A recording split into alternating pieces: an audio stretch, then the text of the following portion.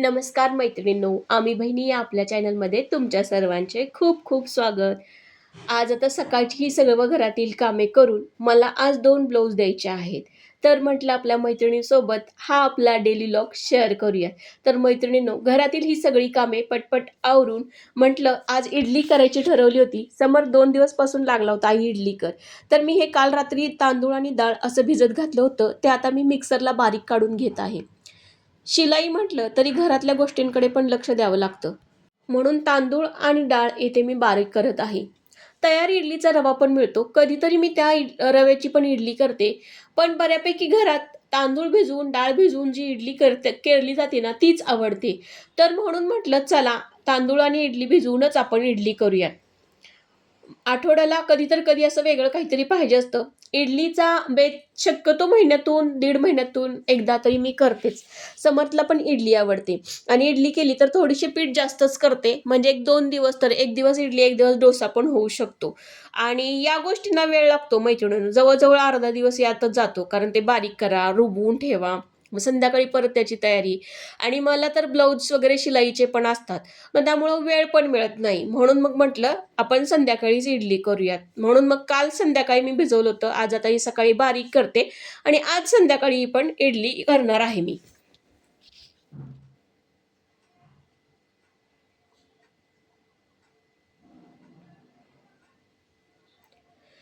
आता उन्हाळा नसल्यामुळं ना पीठ रुबत नाही. त्यामुळं मग म्हटलं डब्यातच काढूया. बऱ्यापैकी उन्हाळ्यात वगैरे मी पातेल्यात ठेवते. पण आज हा स्टीलचा डबा घेतलेला आहे. यातच हे पीठ ठेवणार आहे मैत्रिणीनो. आणि हा डब्याला टोपण पॅक लावलं की तो गरम पण होईल आणि त्याच्यानंतर मग याला एखादं कॉटनचं किंवा सुती टॉवेल वगैरे असेल किंवा आपली सुती ओढणी तर ती गुंडाळून ठेवायची. म्हणजे पीठ छान रुबतं आणि त्याला उबदारपणा पण मिळतो. त्याच्यामुळं हे थोडंसं गरमच ठेवावं लागतं पीठ, तरच इडली छान आणि खुसखुशीत होते. इडलीचं रवा ठसरच थोडासा काढला तर इडली छान होते. तुम्ही कशी काढता मैत्रिणींनो? मला नक्की कमेंट्स करून सांगा. तुमच्या घरात ही इडली आवडतच असेल, तुम्ही इडली कशी करता मला नक्की कमेंट करा. आणि त्याचबरोबर माझे जर तुम्हाला डेली व्लॉग आवडत असतील तर मला नक्की कमेंट करा किंवा मी आणखीन वेगळं काही करू शकते का? मी कुठं चुकते का? असं जरी तुम्हाला वाटत असेल तरी मला कमेंट करून सांगा. मैत्रिणींनो, मी तर या अगोदर जॉब तर करतच होते. तुम्ही या अगोदरचे जर माझे व्हिडिओ बघितले असतील तर तुम्हाला माहिती होईल. पण काही घरगुती कारणामुळे मला जॉब सोडावा लागला आणि मग मी शिलाईमध्ये पडलेली आहे. शिलाईमध्ये पहिलं मला इंटरेस्ट नव्हता. म्हणजे मला थोडीफार शिलाई येत होती. कारण माझे आई आणि वडील दोघंही शिलाईचे काम करतात. त्यामुळे नकळत का होईना ते बाळकडू आमच्याकडं आलेलंच आहे मैत्रिणींनो. आणि त्यामुळं पण मी याआधी कधी ना शिलाईकडे माझा बिझनेस म्हणून पाहिलं नव्हतं. पण आता जॉब नाही तर स्वतःचं असं आर्थिक चलन पाहिजे. स्वतःला थोडंसं आर्थिक स्वातंत्र्य पाहिजे. म्हणून मी ही शिलाई करते. मी जास्त हट्टास करत नाही. म्हणजे 3 ब्लाउज झाले पाहिजेत, 4 ब्लाउज झाले पाहिजेत, असा हट्टास माझा नसतो. 1 किंवा 2 जरी ब्लाउज झाला तरी चालेल. मी माझा स्वतःचा खर्च करू शकेन एवढी मी शिलाई करते. कारण घरातली ही सगळी कामं करायची, समर्थचा अभ्यास, तर या सगळ्या गोष्टीत मला शिलाईसाठी जास्त वेळ द्यावा लागत नाही आणि घरातल्या या गोष्टींसाठीच मी जॉब सोडला होता मैत्रिणीनो. आणि त्यामुळं घरातल्या या गोष्टी तर सगळ्या पूर्ण झाल्यानंतरच मी शिलाईकडे वळते. इथलं सगळं स्वच्छता वगैरे झाली. इडलीचं पीठ मी डब्यात घालून ठेवलेलं आहे. त्याला छानसा असा गुंडाळून ठेवणार आहे आणि आता मला ब्लाऊज कटिंग करायचं आहे, तर मी कटिंगला बसलेले आहे. ब्लाऊज शिवायला घ्यायचा म्हणजे लगेच घेऊन चालत नाही. तर त्याला कटिंग ही हवीच आणि कटिंग तर खूप शांत डोक्याने करावी लागते. घरात कोणी नसतं तेव्हाच मी शक्यतो कटिंग करते. कारण कोणी बोलत वगैरे असलं तर आपलं कटिंग चुकू शकतं मैत्रिणीनो. आणि कटिंग झाल्यानंतर मला या मशीनवर करायचं होतं, पण हे दोन्ही ब्लाऊज सिल्कचे असल्यामुळं या मशीनवर थोडंसं फिनिशिंग येत नाही. त्यामुळं माझी गारमेंट मशीन आहे, जी मी माझ्या आईच्या हॉलमध्ये ठेवलेली आहे. मी आता तिकडं जाणार आहे. तर जाताना थोडासा टिफिन भरून घ्यावं म्हटलं. सकाळचं थोडंसं खाणं झालेलं आहे, पण दुपारी काहीतरी भूक लागते, तर लाईटली काहीतरी खाण्यासाठी म्हणून मी इथं टिफिन भरून घेत आहे. आईकडे असतोच खायला काहीतरी, पण माझ्या पण भाजीची चव तिला कळावी आणि जेणेकरून जर जाणारच असेल मी आईकडे, तर हा डबा घेऊन जाते. तिलाही थोडीशी भाजीची वेगळी चव मिळते. आता गाडी घेऊन मी माझ्या आईच्या घरी आलेली आहे मैत्रिणीनो. ह्या बघा सगळ्या माझ्या मशिनी. ही माझी आई आहे मैत्रिणीनो. हे आईचं माझ्या किचन. तिचा अजून स्वयंपाक चालू आहे. आज रविवार असल्यामुळं तिचं थोडंसं निवांत चालू आहे. या सगळ्या मशिनी आहेत. पिको साधी मशीन आणि गारमेंट्सची मशीन. या गारमेंटच्या मशीनवरच मी माझी शिलाई करते. बऱ्यापैकी मी घरात असेल तर घरातून करतेच किंवा अस्तर वगैरे जोडायचं काम ज्यावेळेस मला माझ्या घरी वेळ असतो त्यावेळेस अस्तर जोडते आणि फायनल फिटिंग आणि ब्लाऊज पूर्ण शिवायचं मी या मशीनवर करते. ही मशीन मी मागच्या वर्षी घेतलेली आहे मैत्रिणीनो. या मशीननं मला खूप साथ दिलेली आहे. या मशीनमुळे माझ्या ब्लाऊजचं फिनिशिंग खूप छान येतं आणि काम पण फास्ट होतं. तर मला या मशीनवर शिवायलाही फार आवडतं. कारण फिनिशिंग तर येतच, पण मधी-मधी दोरा तोडणे वगैरे या गोष्टी या मशीनला होत नाहीत.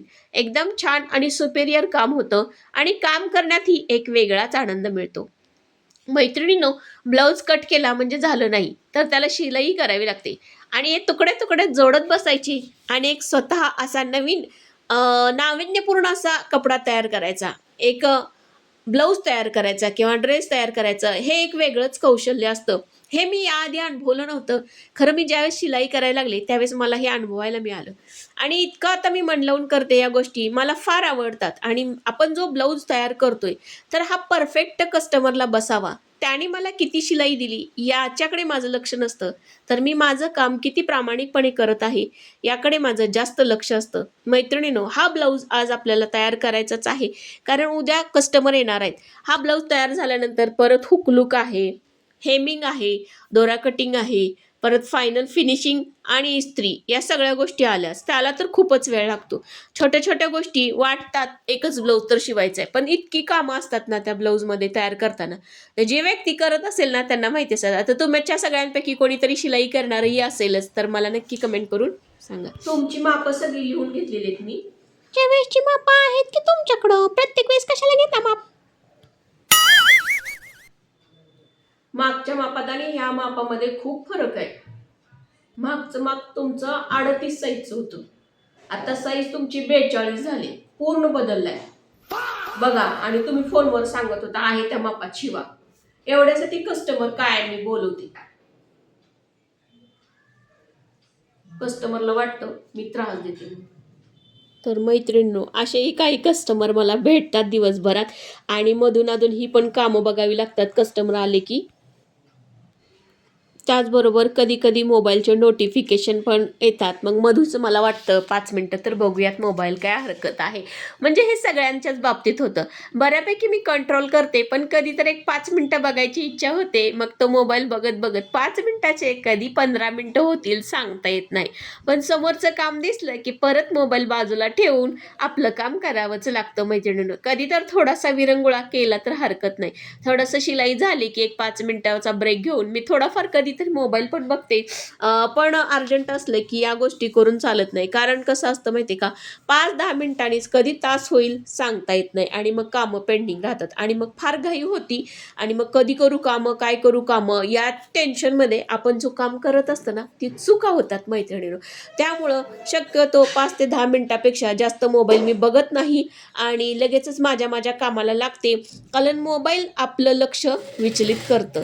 तर हा ब्लाऊज तयार करत आलेला आहे. याला एक डिझाईन करायची आहे मैत्रिणींनो अशा पद्धतीनं. तर पोटली बटन असे तयार करून घेतलेले आहेत.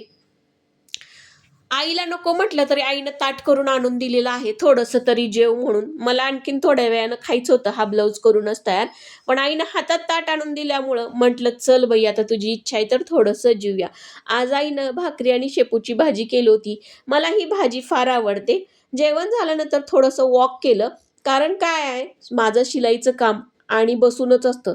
शक्यतो बाहेर जाऊन वॉक करते, पण आज पावसाचं थोडंसं वातावरण आहे. त्यामुळं घरातच वॉक केलं. हा ब्लाऊज तयार झालेला आहे मैत्रिणींनो. खूप छान झालाय पॅटर्न बघू शकता. खूपच छान डिझाइन आणि वेगळा लूक दिलेला आहे.